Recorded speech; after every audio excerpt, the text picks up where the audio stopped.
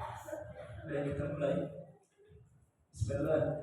Assalamualaikum warahmatullahi wabarakatuh.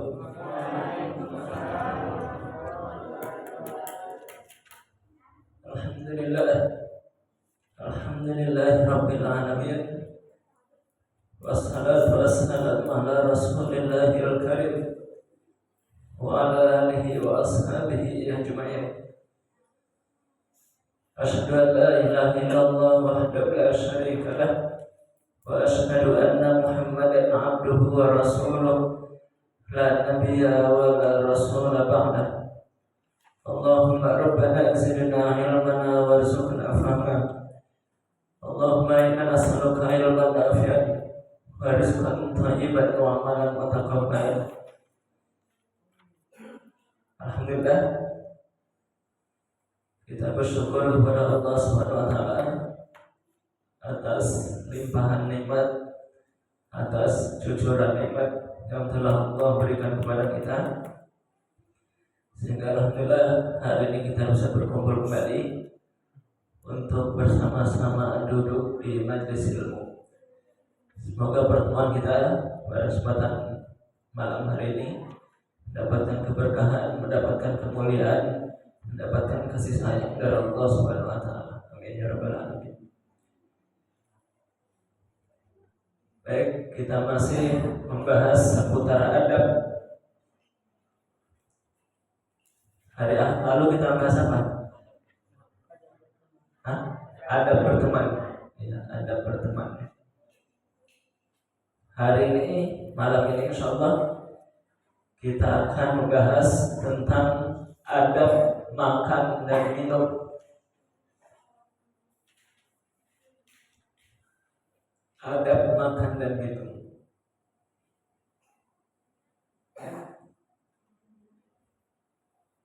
Makhluk Allah yang bernyawa itu pasti makan dan minum, bukan hanya manusia saja. Hewan-hewan minum, bahkan hewan-hewan itu makan dan minum. Dan sajid juga kan makan dan minum. Jadi yang makan minum itu bukan hanya manusia, tapi karena manusia ini makhluk yang Allah ciptakan untuk beribadah, maka makan dan minum juga diatur supaya apa?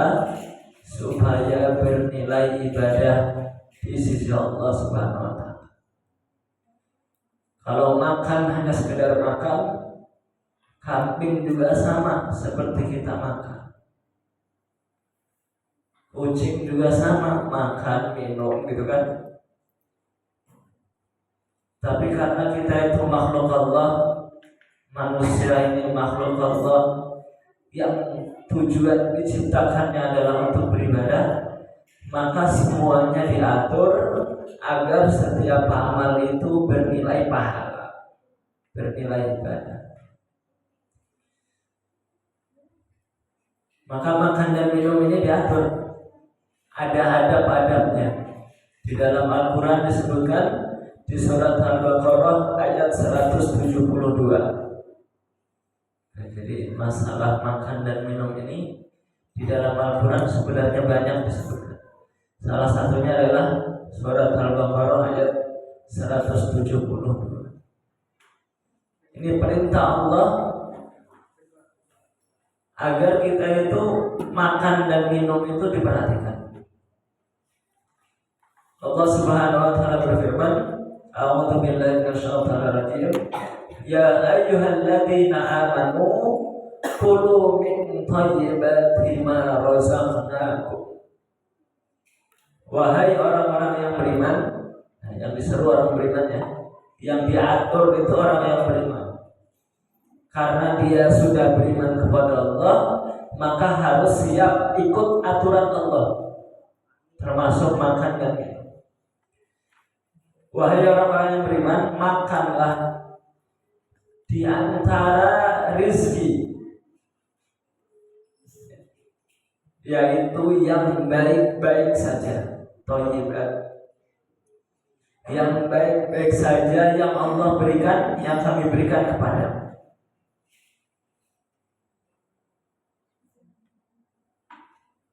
Jadi yang baik-baik saja, yang halal saja, dan cara mendapatkannya juga dengan cara yang baik.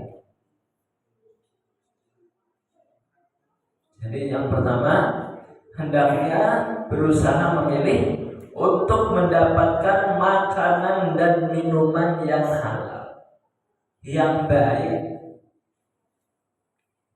tidak mengandung unsur-unsur yang haram. Jelas ya? Makanan itu banyak yang halal dibandingkan dengan yang haram. Termasuk minum, itu kan jenis minuman itu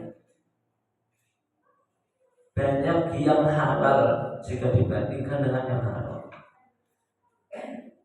Yang haram ya seperti khamar ya, seperti anggur difermentasi, atau semua atau segala sesuatu yang memabukkan.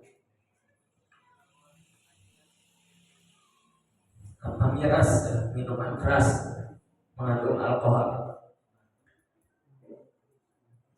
Jadi yang pertama Pak, hendaknya berusaha memilih makanan yang halal, yang baik. Kemudian berikutnya, kita itu niat makan itu tujuannya agar badan kita kuat, dan setelah kuat kita gunakan untuk beribadah kepada Allah. Jadi niat yang lurus. Jadi makan itu tujuannya agar badan kita itu kuat, badan kita itu sehat, kan tujuannya itu ya. Maka tidak boleh memakan makanan, minuman yang justru malah merusak badan. Merusak badan. Karena tujuannya supaya badan kita itu sehat, supaya badan kita itu kuat, kemudian kita gunakan untuk beribadah. Ibadah ya buat sholat, ya buat cari ilmu, ya buat cari nafkah yang halal. Nah itu tujuan daripada salah satu makan dan minum. Paham?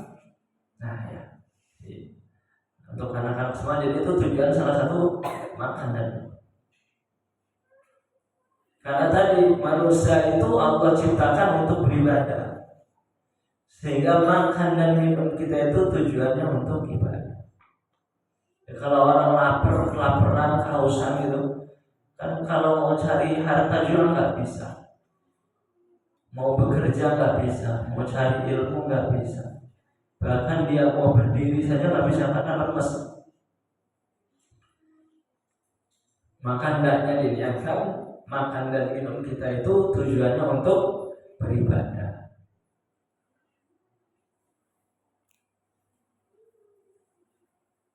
Itu adabnya ya. Jadi milih makanan yang halal, yang baik. Kemudian yang kedua, yaitu niatnya harus betul. Tujuan kita makan minum itu untuk beribadah. Kemudian adab yang ketiga, hendaknya dia menjaga kebersihan. Jadi sebelum makan itu Islam menganjurkan untuk menjaga kebersihan, baik itu kebersihan tangannya ataupun bejananya. Bejana itu wadah, piring, nampan. Jadi itu harus diperhatikan. Jangan ceroboh. Karena makanan yang sehat, makanan yang bersih, yang halal akan akan menimbulkan tubuh yang sehat. Efek ke badan itu akan jadi sehat. Tapi kalau kita itu jorok, sudah makanannya jorok, kemudian wadahnya jorok, kemudian nggak cuci tangan, sehingga pada akhirnya badan kita itu sakit karena ada bakteri, ada kuman, ada penyakit. Sehingga kalau ada seseorang yang makan minumnya tidak diperhatikan, asal-asalan, maka sama saja dia dengan bunuh diri. Sama saya dengan ini. Kalau dia itu seumpamanya jorok tuh, pokoknya makan apa saja, bicaranya nggak dicuci, nggak cuci tangan, kemudian pokoknya asal-asalan, nggak diperhatikan. Kemudian dia sakit, kemudian qadarullah naudzubillah dia meninggal, maka meninggalnya dalam keadaan bunuh diri. Karena dia nggak hati-hati. Jelas ya? Maka ikhtiar dulu. Kalau sudah makanannya halal, sudah bersih, cuci tangan, pokoknya atau sakit itu sudah takdir. Karena kita sudah ikhtiar. Jadi adab yang ketiga, menjaga kebersihan. Jaga kebersihan. Baik itu kebersihan tangannya atau pejangan. Kemudian berikutnya, makan itu disunahkan sebenarnya lesehan. Nabi itu makan itu nggak pernah pakai meja. Bukan berarti di zaman itu nggak ada meja, ya ada di zaman itu meja. Masa ya meja nggak ada? Orang cuma dari kayu kan meja itu ada di zaman itu meja. Tapi Rasulullah itu makan lesehan. Jadi pakai kayak gini aja, pakai sajadah, pakai karpet, udah kita makan lesehan. Itu dianjurkannya seperti itu. Kenapa? Karena supaya tidak terkesannya, supaya tidak bermegah-megahan. Dulu waktu itu orang Romawi, orang Persia itu kalau makan itu mejanya mewah, ya namanya raja-raja ya. Kemudian piring sama gelasnya terbuat dari perak dan emas. Sementara orang Islam tidak dibolehkan. Jadi kita itu kalau makan minum, kemudian semuanya kaya raya banyak gitu. Makan minumnya pakai wadahnya itu terbuat dari perak sama emas, maka haram hukumnya tidak boleh. Jadi Islam itu mengajarkan kita untuk sederhana, tapi tidak boleh juga tadi ya kumuh. Sederhana itu bukan berarti kumuh ya. Jadi harus bisa dibedakan. Tetap bersih, tetap rapi, tetap sehat, jangan kumuh. Tapi tidak boleh juga berlebih-lebihan. Dari segi bejana, dari segi tempat.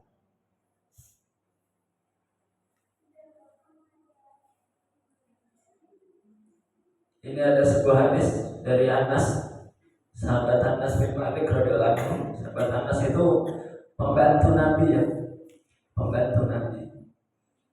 Ikut Nabi dari umur 10 tahun sampai Rasulullah wafat. Itu membantu Nabi menyiapkan makan, menyiapkan air, menyiapkan pakaian, menyiapkan kendaraan. Itu Anas bin Malik. Beliau meriwayatkan, qala Anas bin Malik radhiyallahu anhu, ma'akala Rasulullah sallallahu alaihi wasallam ala khiwanin wala fi syukur rojah. Rasulullah sallallahu alaihi wasallam tidak pernah makan di atas meja makanan dan tidak pula di atas syukur rojah. Syukur rojah itu ya tempat yang inilah, tempat yang tinggi ya. Tempat yang tinggi. Jadi memang hendaknya itu sunnah ya. Itu disunahkan.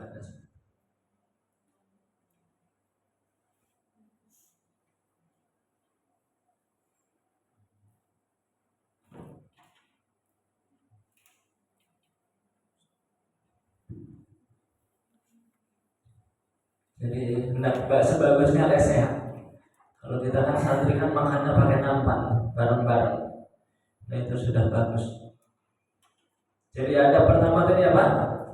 Ada makan tadi, memilih makanan yang halal dan yang baik.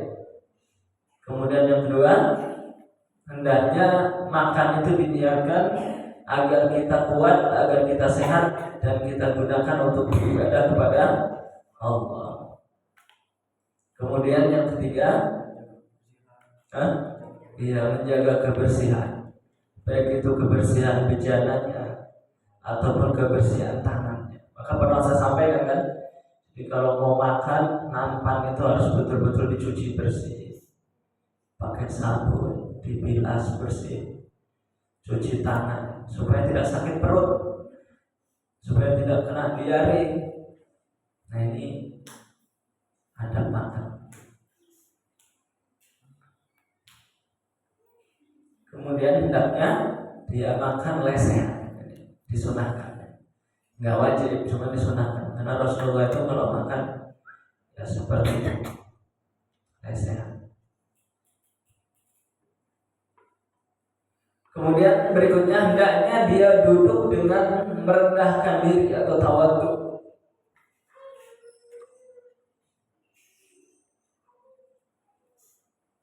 Yaitu duduk di atas kedua lututnya atau duduk di atas punggung kedua ataupun posisi dengan kaki kanan ditegakkan dan duduk di atas kaki kiri.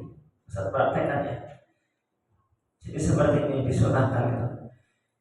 Jadi duduknya disunahkan seperti punggung di atas punggung, kaki kanan ditegakkan. Ini di kaki tangan kanan ditegakkan. Ini salah satu daripada yang disunahkan oleh Nabi Sallallahu Alaihi Wasallam. Ya, seperti ini. Nah, ternyata duduk seperti ini dalam ilmu kesehatan diteliti oleh para dokter. Kenapa kalau Rasulullah itu makannya seperti itu duduknya? Kenapa? Nggak ada papan tulisnya.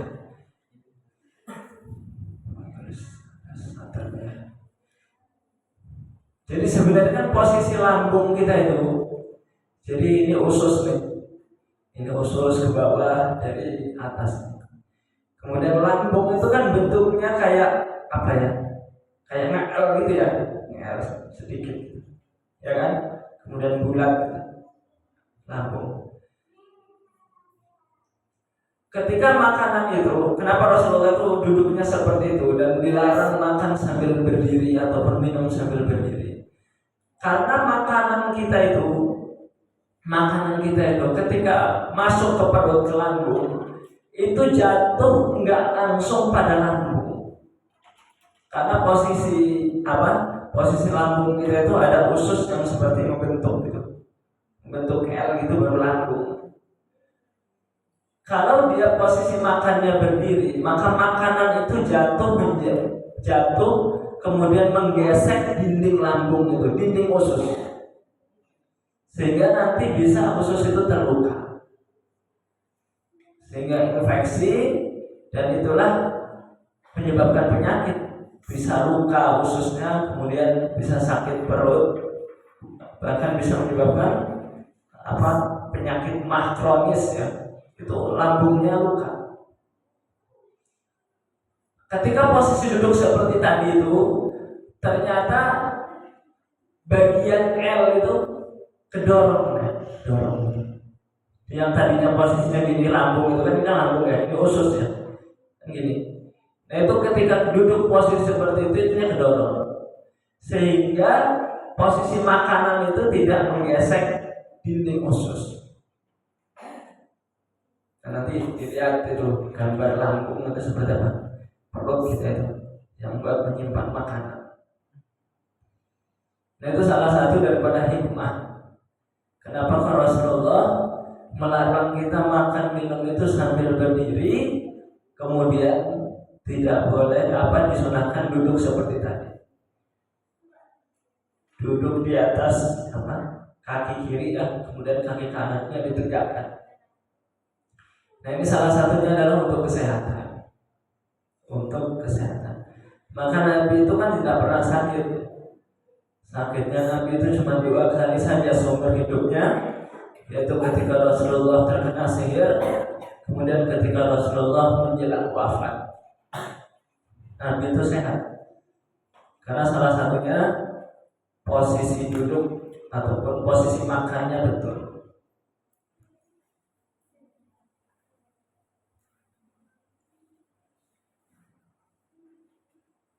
La akala muttaqian. Ini ada sebuah hadis ya.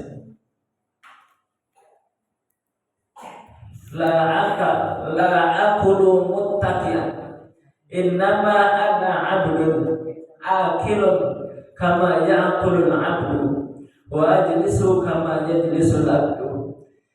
Kata Nabi sallallahu alaihi wasallam, aku tidak pernah makan sambil bersandar. Makan sambil bersandar gitu. Apalagi sambil tiduran ya. Nah ini Rasulullah nggak pernah makan sambil bersandar. Aku hanya seorang hamba. Aku makan sebagaimana layaknya seorang hamba. Dan aku pun duduk sebagaimana layaknya seorang hamba. Ya, Rasulullah itu walaupun pemimpin seluruh umat, tapi beliau itu sangat sederhana. Tidak menunjukkan bahwasanya beliau itu posisinya paling tinggi. Dan itu diikuti oleh para sahabat. Jadi para sahabat itu kan kaya raya.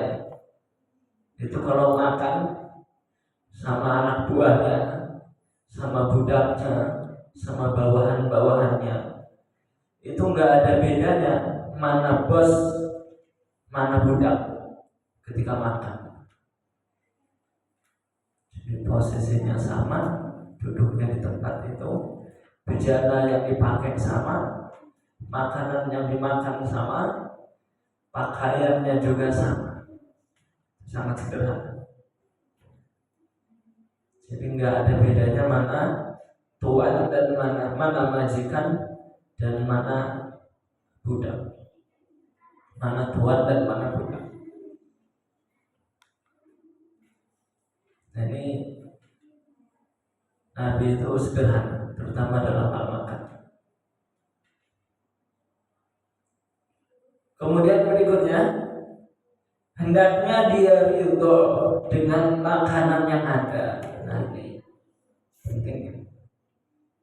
Kan kalau kita ini kan kadang-kadang makanan yang ada itu kalau nggak selera, kadang kita itu komentar yang aneh-aneh. Sebaiknya kita itu kalau nggak suka dengan makanan sudah cukup diam aja, nggak harus mencela. Sebenarnya itu apa ya, mencela itu berarti kan dia sebenarnya dia tidak bersyukur dengan nikmat yang Allah berikan. Sebaiknya jangan mencela.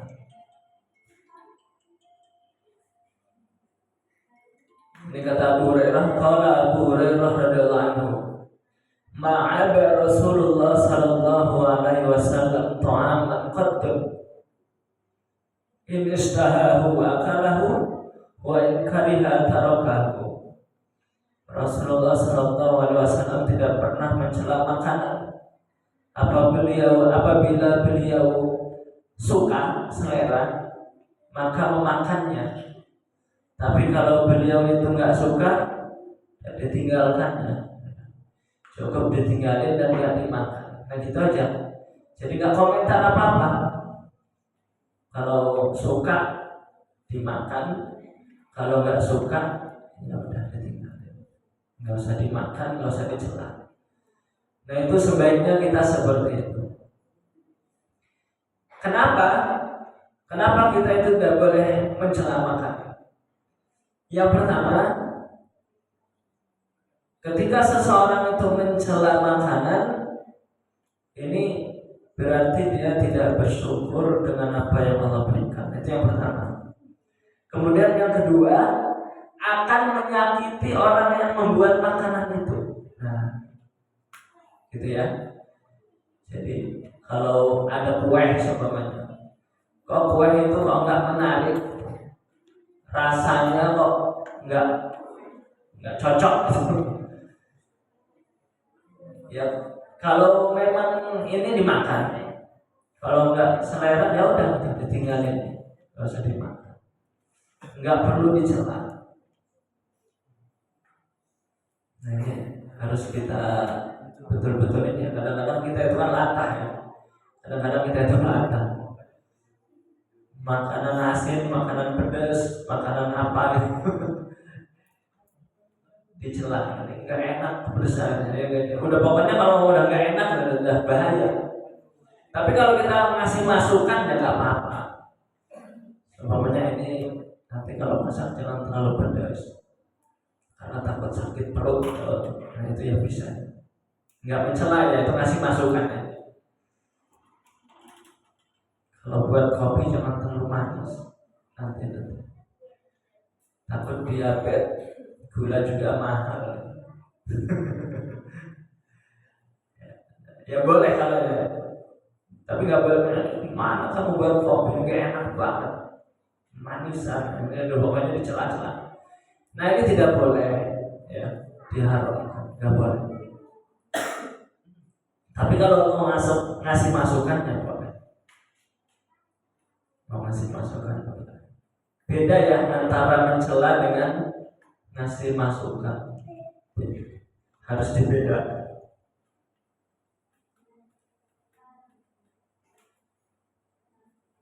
Di Rasulullah itu ma'ab Rasulullah sallallahu alaihi wasallam ta'aman qad. Nabi itu tidak pernah sama sekali mencela makanan. Ini istahahu akalahu wa in karihahu tarakahu. Kalau beliau itu nafsu ya dimakan, kalau selera dimakan. Kalau enggak selera ditinggalkan.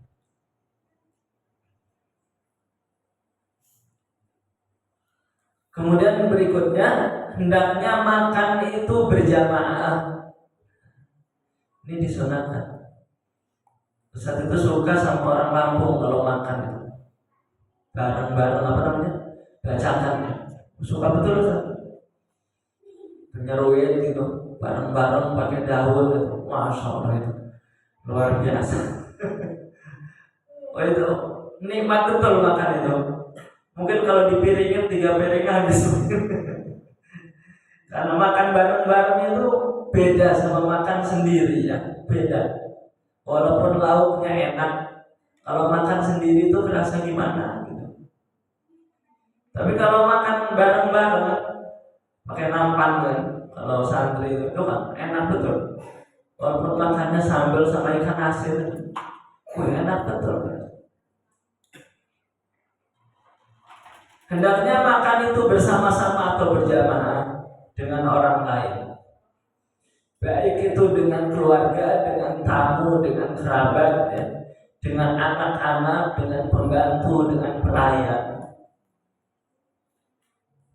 Sebagaimana Nabi Sallallahu Alaihi Wasallam bersabda, "Ijtami'u ala ta'amikum yubariku lakum fihi." Nah, ini kata Nabi, ini disunahkan. Berkumpullah kalian dalam menyantap makanan kalian, karena dalam makan bersama itu akan memberikan berkah kepada kalian. Jadi makan bersama-sama itu berkah, banyak kebaikan. Jadi makan bersama-sama itu berkah, ada kebaikan. Masalah diamalkan ya.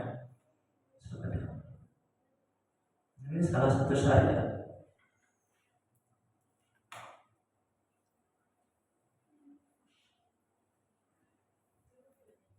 Jadi pertama apa tadi? Adab makan halal dan baik. Kemudian kedua, kita niatkan kita makan itu supaya badan kita kuat, badan kita sehat, dan kita gunakan untuk beribadah, untuk mencari nafkah, untuk mencari rezeki, untuk kerja, untuk mencari ilmu dan seterusnya. Kemudian menjaga kebersihan, baik itu kebersihan tangan ataupun bejana, ataupun wadah, sendok, tempat makan. Kemudian berikutnya hendaknya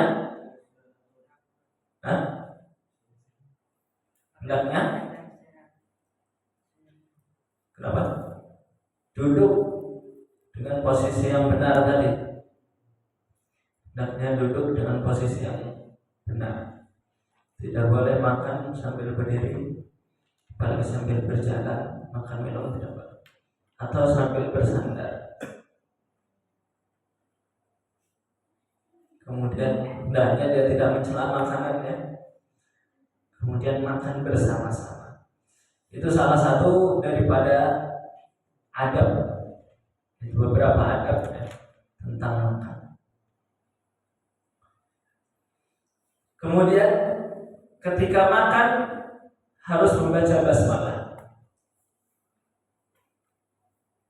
Idza akala ahadukum falyadhkur ismallahi ta'ala.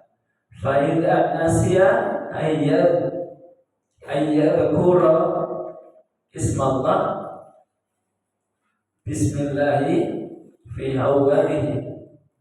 Falyaqul bismillahi awwaluhu wa awwalahu wa akhirahu. Jadi kata Nabi, kalau kau hendak makan, maka hendaklah mengucapkan bismillah. Itu minimal bismillah. Bismillah.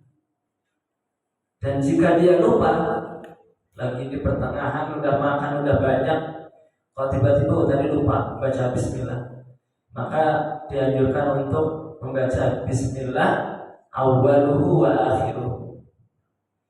Bismillah awwaluhu akhiruhu. Permulaan dengan nama Allah dan terakhir juga atas nama Allah. Bismillah awwaluhu wa akhiruhu.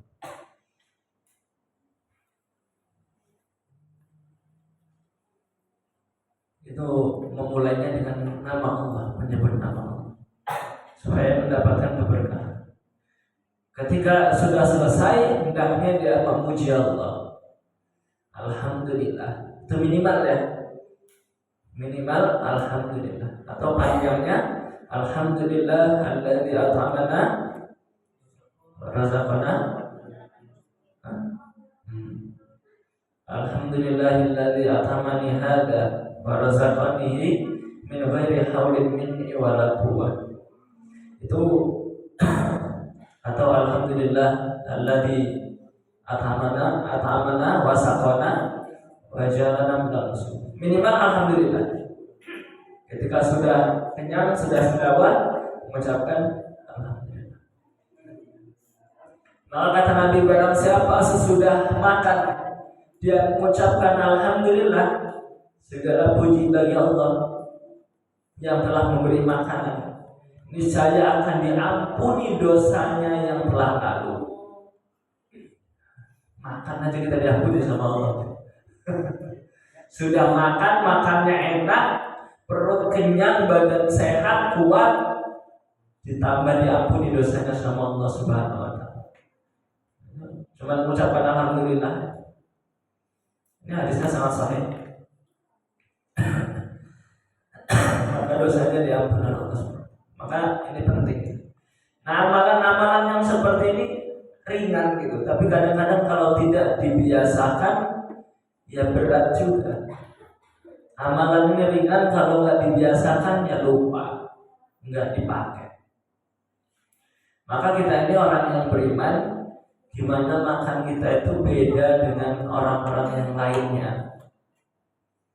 Kita itu makan minum itu ya menghilangkan haus, menghilangkan lapar, itu yang badan sehat, badan kuat, kemudian mendapatkan ampunan dari Allah. Nah itu harapannya seperti itu. Jadi bukan cuma sekedar menghilangkan haus dan menghilangkan lapar. Kalau cuma menghilangkan haus, menghilangkan lapar, kucing minum, dan hilang juga haus. Kucing makan, dan hilang juga laparnya. Kita kan beda dengan makhluk Allah yang lain. Kita itu makan dan minum itu ibadah, karena ibadah. Insyaallah saya paparkan ya. Jadi insyaallah kita semua niat amalkan, kita amalkan. Karena setiap hari kita ini makan. Kemudian disunahkan untuk makan itu menggunakan 3 jari. Supaya apa? Supaya suapannya tidak terlalu besar. 3 jari. Itu kalau makan kurma, makan apa? Makan roti yang tidak berkuah ya. Mau makan bubur kacang hijau jangan pakai 3 jari, susah. Makan bubur ayam pakai 3 jari. Lihat kondisi makanannya. Jadi kalau makanannya padat, disunahkan untuk menggunakan 3 jari.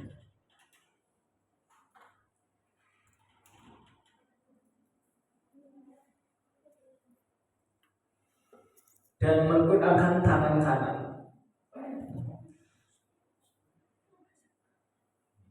Jadi menggunakan tangan kanan.